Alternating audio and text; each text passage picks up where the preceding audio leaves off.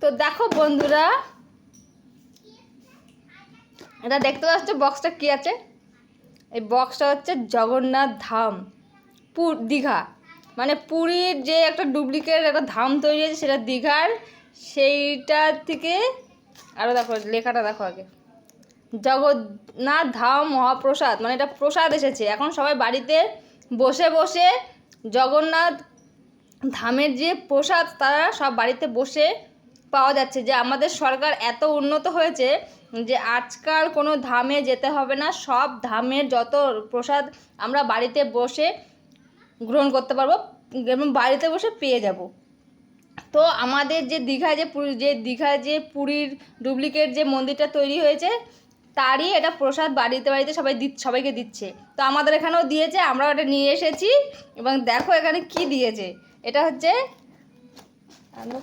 করা আছে, এ দেখো এটা দিয়েছে একটা, এটা কী বলে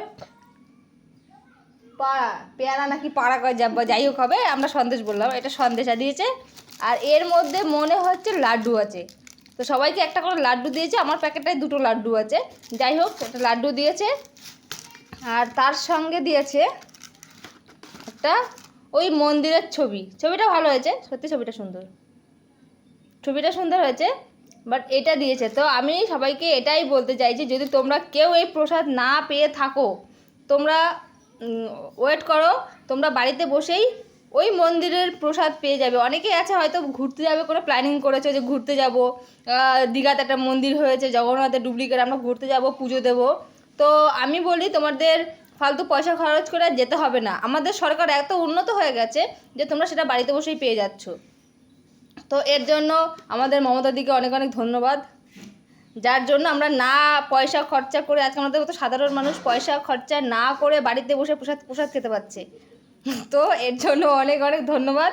সবাই ভালো থাকবেন, সুস্থ থাকবেন। যদি না পান তো 2 দিন পর ঠিক পেয়ে যাবে প্রসাদ।